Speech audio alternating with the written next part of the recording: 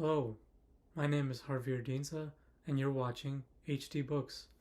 So, I am reviewing today Hyperion, the first book in the Hyperion Cantos, and I have had a very interesting journey with this book because throughout basically the entire first half of this book, I did not really enjoy it. I did not find myself particularly enamored with all the hype surrounding it.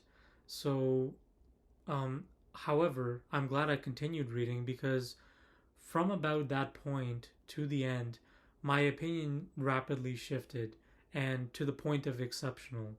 And now, actually, what's most interesting is that in retrospect, my opinion has been that it has actually been enhanced because of looking at it in hindsight. And it has to do with really how the plot is structured, how everything sort of comes together. So I'll talk a little bit more about that as I go forward here. But I'm going to focus on a spoiler free section, or rather a spoiler free video here. But I do intend to maybe go into a spoiler talk of some sort in the future because there are particular scenes in this book that I want to talk about, that I want to discuss because they're very, very cool. But for now, I'm going to be sticking to a spoiler free for this video. So just sticking to the back of this book, that's basically what I'm going to, the extent I'm going to be going toward when it comes to talking about it, the details.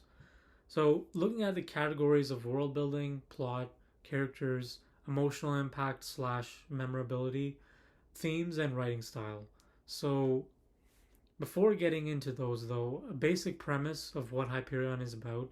So, in the year 2800 or so, humanity has cultivated this sphere, this giant multi solar system sphere of habitable worlds that humanity now covers, 200 or so worlds. And they're very much connected in terms of political landscape and popular culture and what have you, and all of that is explored to some detail in this book. But basically, the point is that there is this one world that is not exactly a part of this web of worlds, but is in its vicinity and is very much the object of interest when it comes to the leaders of various political factions in this universe, and that is the world of Hyperion. And there's a particular region on Hyperion, the home of this creature, this thing called the Shrike. And the Shrike is acts as a is an arbiter of this region, as a harbinger for the world of Hyperion. Um, and we look at various things to do with this Shrike character. So I don't want to go into any more details because the Shrike is really where the mystery of this book finds itself. It's building up the Shrike. What is this exactly? And that is like one of the biggest motivating factors to continue reading. So I don't want to talk about anything more about what the Shrike is, but needless to say, that is probably my favorite aspect of this book, Hyperion. A sort of reminds me of a not exactly, but of a eldritch horror, Lovecraftian type vibe when it comes to the Shrike. So the basic premise is that we have this crew that is very much a tried and true trope. This crew that of like very different individuals with very divergent backgrounds converging on this world Hyperion, this journey they make to Hyperion, all for different reasons, but all converging here. And the basic point of this book is that we explored their various tales. They each of these crew members, they talk about what led them to Hyperion, why they're here, what they hope to get out of it. And we cut back between these interludes of the present day, this journey that we're taking with these characters, and their retelling of their story getting here. So it's a very interesting way of writing this whole story, and I'll get into that in a bit when I talk about the writing style. But that is the premise of Hyperion, and I think that is very interesting already on his face. Anyways, now talking about the world building first. So This is probably the second strongest point of Hyperion, in my opinion, is the world building. Um, and a lot of that comes down to basically the uh, aside from a little bit of the beginning, so the first 70 or so odd pages, but after that point, the density of world building elements from paragraph to paragraph, in some cases even sentence to sentence, is very high. It's a densely packed story when it comes to all of these things that serve to kind of fill the peripheries of your mind, of your reading brain as you're going through this and as you're being immersed into this world. And in my opinion, that is what I lean toward, is heavy world building. I'm not really a fan of the like very slow, more methodical, slowly revealing details kind of world building. I think that definitely has its place, and some of my books that I really like also do that, but I lean toward the heavier world building side. You know, for fantasy, for example, I also lean toward a hard magic system rather than a soft one. So it kind of parallels that in how I view science fiction, like a heavier, harder science world than a soft science, sort of loose and shifting ideology there. So, densely packed world building. So, suffice it to say that there is chock full of world building. This book, it's absolutely overflowing with details. No shortage of details that are specific to the plot and also not specific to the plot. So just kind of thrown in there to immerse you in the world and to make you think, oh, I'd like to learn more about that. So I think that's a very strong point of Hyperion. Now, moving toward plot. So this is the strongest point of Hyperion, and it becomes even more evident to my mind in retrospect. So, in hindsight, the way this plot is structured is so well done because you might ask, you know, in what order does Dan Simmons decide to reveal the stories of these crew members? How do they decide? How does he decide, okay, this crew member is going to tell their story first, second, third, and so on? How is that decision made? Is that necessarily the best ordering? And I would say, with the possible exception of 1 and 2, Tales 1 and 2, that the ordering is perfect and that in hindsight you realize that even more. Slowly we get details revealed about the Shrike, about the nature of Hyperion, about the nature of the web of worlds itself, how grand, how far this scope is, how far-reaching this scope is. Now, talking about characters, so this is where I have some criticisms for Hyperion and why it does not get a perfect score for me. So I'm going to be doing a numerical score shortly, but why it does not get a perfect score from me.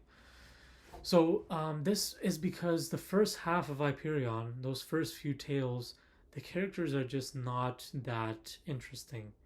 And because of that, their stories, it's hard to get wrapped up in their stories a lot of the time, aside from the motivating factor of what is the Shrike, what is the nature of Hyperion.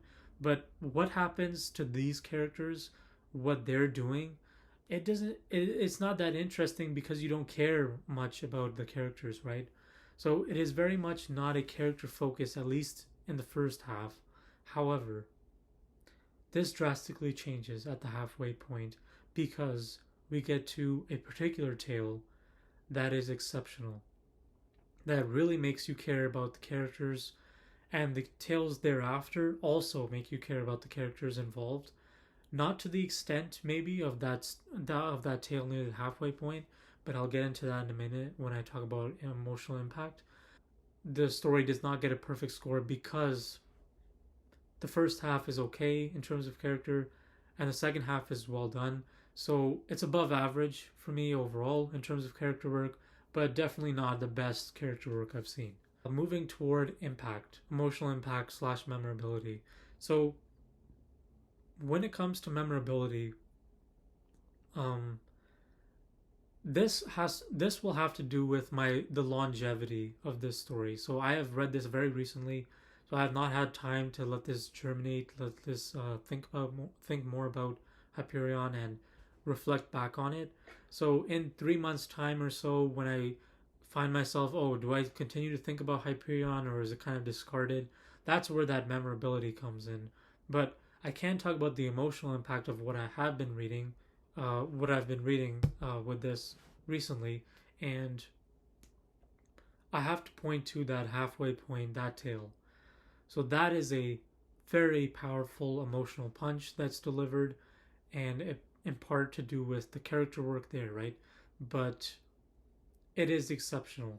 That it, I'm trying to find a better word for it to, to distinguish it from what the words I have been using, but it is a perfect short story. So if that was a short story standalone, the characters I would rate as perfect, and probably everything about it I would rate as perfect because of how well done it is. And I think, to my mind, that is the only piece of a story, piece of a book I've read recently that has made me tear up. That tale. So that is a very powerful, emotionally compelling part of Hyperion, and it's well worth reading this book just for that, in my opinion. So impact near a perfect score, but not quite perfect because of other books I've read, kind of having the longevity, right? So that longevity is simply not a thing yet for Hyperion, and perhaps in the future when I come back to this and I think, okay, I've been thinking about this constantly, or at least often, even 3 months from now, and so I want to come back to this. I want to give it a perfect score for impact, but for now, a near perfect score, and I'll get into that numerical basis shortly. Now, themes and writing style, perfect scores for both of these.